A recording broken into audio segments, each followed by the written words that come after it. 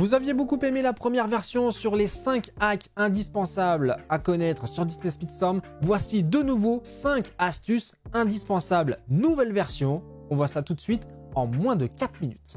Numéro 1, pensez aux atouts en fonction des classes, c'est-à-dire les drifts pour les canailles, les pads pour les sprinters, etc., etc. Chaque classe offre de réels avantages. Pensez donc à bien avoir en tête quel pilote vous avez, de quelle classe il fait partie, de façon à pouvoir optimiser au maximum toutes vos courses. Numéro 2, évitez le airtime. Le airtime, c'est tout le temps que vous passez en l'air. Et forcément, plus vous passez du temps en l'air, plus en général, c'est du temps qui est perdu. Quelque chose qui est relativement néfaste, notamment quand vous voulez réaliser des chronos. Je vous mets d'ailleurs le petit extrait que j'avais réalisé à l'époque du tuto sur Oswald où je vous explique comment éviter le airtime et son importance. Si jamais vous n'avez pas vu le tuto à l'époque, regardez ce petit extrait, vous pourrez, je pense, apprendre beaucoup de choses. Ça dépend de la structure du pad. Alors, qu'est-ce que ça veut dire quand je parle de structure du pad? En fait, là, vous voyez, on est sur une bosse. Ok? On arrive sur une bosse et on a un pad.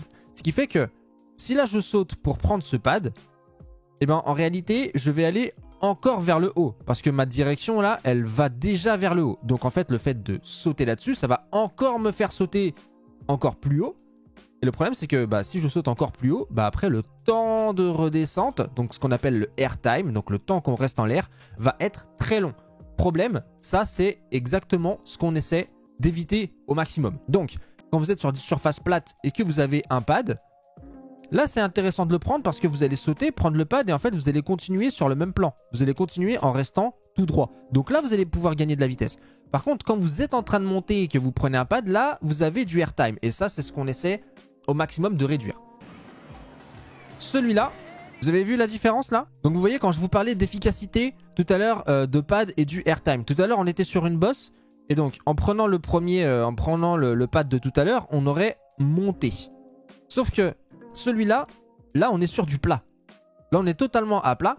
Donc ce qui veut dire que si jamais je prends ce pad là, oui je vais sauter, je vais arriver là, mais je vais arriver là en restant sur le même plat. Donc j'ai pas de airtime.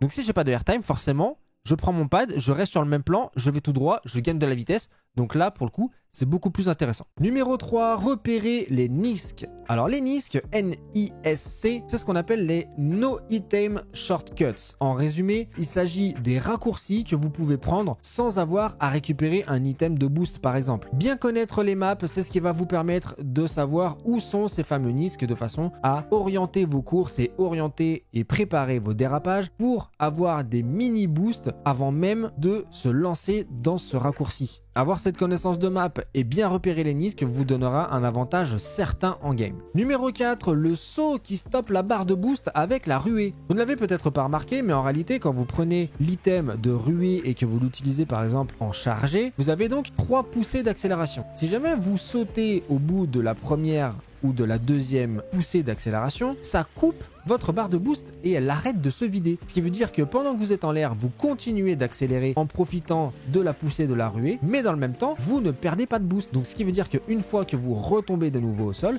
vous avez toujours la même quantité de boost, ce qui vous permet de le garder un petit peu plus longtemps et donc de garder un avantage. Et enfin, la dernière astuce hyper importante sur Disney Speedstorm là, c'est évidemment les figures aériennes. Vous le savez, à partir du moment où vous avez un pad ou un tremplin qui vous permet de faire un saut, vous êtes dans une situation où vous pouvez faire des figures aériennes. Et si je dis des figures aériennes, c'est évidemment parce que vous pouvez en faire plusieurs. En réalité, le mauvais réflexe qu'on a, c'est que dès qu'il y a un saut à faire, on a tendance à spammer notre touche de saut, c'est-à-dire carré sur PlayStation ou X sur Xbox par exemple. On a tendance à spammer cette touche-là pour être sûr de pouvoir faire la figure aérienne en question. Sauf que, ce n'est pas ce qu'il faut faire. Il faut appuyer une première fois au moment du saut pour faire la première figure, et une fois que celle-ci est terminée, si vous rappuyez une deuxième fois dans le bon timing, vous allez pouvoir en faire une deuxième et même une troisième, voire même une quatrième. Bon après, pour être tout à fait honnête, c'est relativement rare de pouvoir en faire 4 parce qu'il faudrait vraiment tomber de très haut, mais on peut très souvent en faire 2 voire 3. Et donc cette figure-là, la deuxième, se réalise à partir du moment où vous avez terminé la première figure. Vous remarquerez que vous avez quelques petits éclairs qui vont tourner autour de votre carte. C'est à ce moment-là, c'est l'indicateur du timing pour réappuyer une deuxième puis une troisième fois pour réaliser la deuxième et la troisième figure. Ça va vous permettre en retombant au sol de pouvoir avoir un boost qui va durer un peu plus longtemps à chaque fois. Voilà les amis, j'espère que ces 5 nouvelles astuces vous ont été utiles. N'hésitez pas à vous abonner à la chaîne si jamais tout ça vous a apporté quelque chose. Et d'ici la prochaine vidéo, bonne route!